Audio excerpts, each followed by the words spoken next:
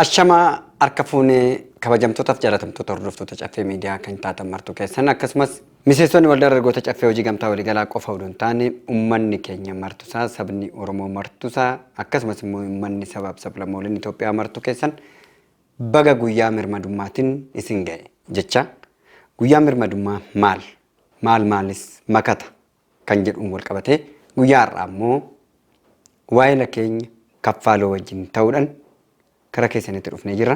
Teeknikaa fi kaamera abdii sabaa wajjin ta'uudhaan aga dhumaatti nufaana ta'an affeerri keenya kabajaati. Guyyaan mirmadummaa hiikni isaas maali? Guyyaan kunis maaliif moggaafame jettee yaadda? Mee daawwattootaaf akka ibsitu. Galatoomaa guyyaa birmadummaati guyyaan har'aa qaammee 3 bara 2016dha. Qaammeen 3 immoo guyyaa birmadummaa jedhamee akka mootummaatti guyyaa kennamedha. Birmadummaa jechuun bilisummaa jechuudha. Birmadummaa jechuun dhiibbaa qaama alaa yaada keenyaan, dandeettii keenyaan, beekumsa keenyaan dhiibbaa qaama alaa irraa bilisa taanee of dandeenyee socho'uu jechuudha. Birmadummaan yaadaaf beekumsa keenya ilaallata. Birmadummaan biyyaaf namummaa keenya ilaallata. Kun hundi walitti qabamee birmadummaa barbaadu jechuudha. Birmadummaan kana erga jennee booda namni akka dhuunfaattis birmadummaa barbaada. Akka gareettis akka biyyaattis birmadummaan nu barbaachisaa jechuudha. Gara biyyaatti illee yoo dhufne birmadummaan biyya tokkoof baay'ee daran barbaachisaadha jechuudha. Itoophiyaan biyyi keenyas birmadummaa mataa ishee biyya qabduudhaas keessatti ilaaluu ni dandeenya jechuudha. Itoophiyaan biyyoota 56 addunyaarra jiran Afrikaa keessa jiran keessa Itoophiyaan biyyoota 56 Afrikaa keessa jiran keessa biyya gita bittaa uummata adiitiin hin bitamin turtedha jechuudha. Itoophiyaaf Laayibeeriyaan jechuudha. Kun immoo Itoophiyaan biyya birmaduu qabdu ta'uu ishee kan nutti agarsiisudha. Isinoo karaa keessan birmadummaa ilaalchisee maal jettu? Ayyee galatoomi mirmadummaan ofirraa hiika.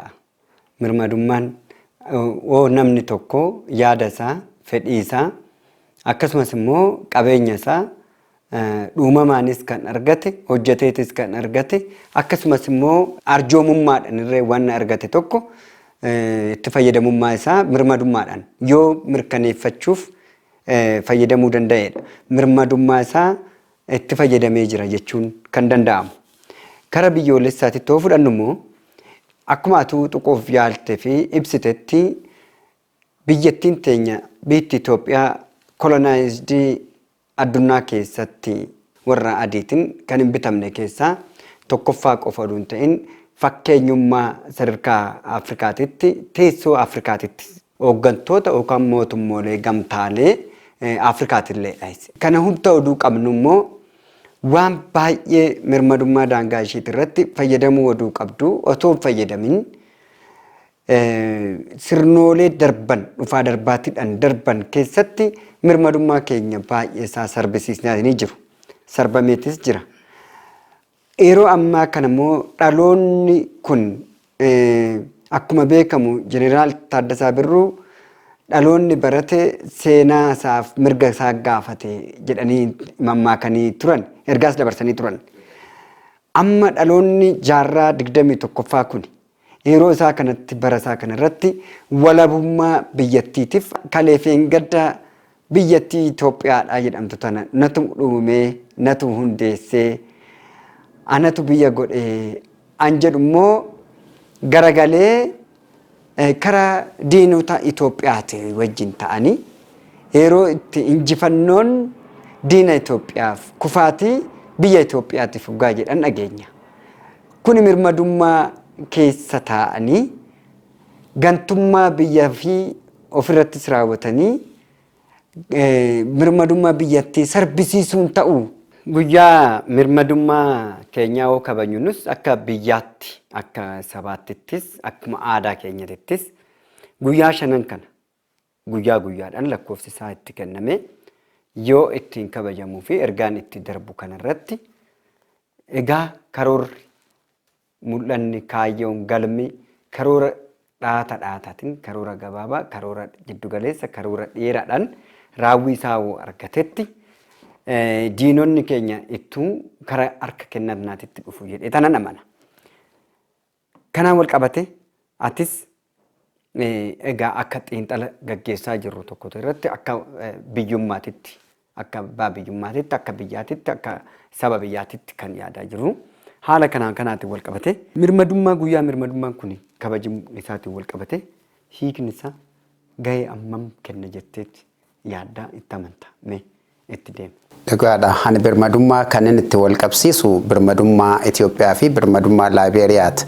Laayibeeriyaa fi Itoophiyaan biyyoota Afrikaa keessaa biyyoota gita bittaa uummataa adii jalatti hin kufiin hin bitamiin. Itoophiyaan immoo waraana Xaaliyaan irraa itti dhufe injifachuudhaan waraana Xaaliyaan irraa itti dhufe kanammoo kan injifatte sabaaf sablammoonni biyyattii lola sanarratti hirmaachuudhaan keessattuu jeneraalota biyya keessaa 12 keessa jeneraalonni 10 Oromoo kan ta'anii fi irratti kan hirmaatan turan.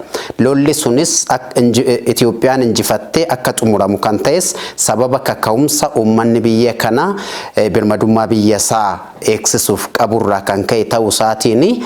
Kanaafuu lolli Aduwaa irratti ta'ennaan Itoophiyaan injifatte kun immoo akka Afrikaattis ta'e akka addunyaatti seenaa qalama gaariitiin kan barreeffamee fi Itoophiyaan biyya jabduu fi ummatoota kutannoo qaban biyya qabdu akka ta'e addunyaatti kan beeksisedha jechuudha. Egaa guyyaa har'aa mariin kana fakkaata.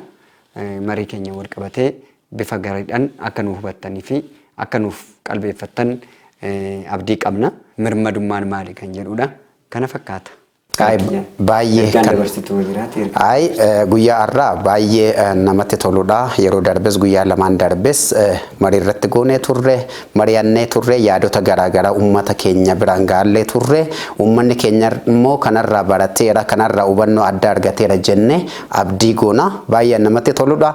Boorillee akkasumatti qabanne kan guyyaa boorii kan dhiyaannu ta'a kabajamtoota hordoftoota keenyaaf jechuudha. Galatoomaa ulfaadha. Horaa bulaa Liibanaa.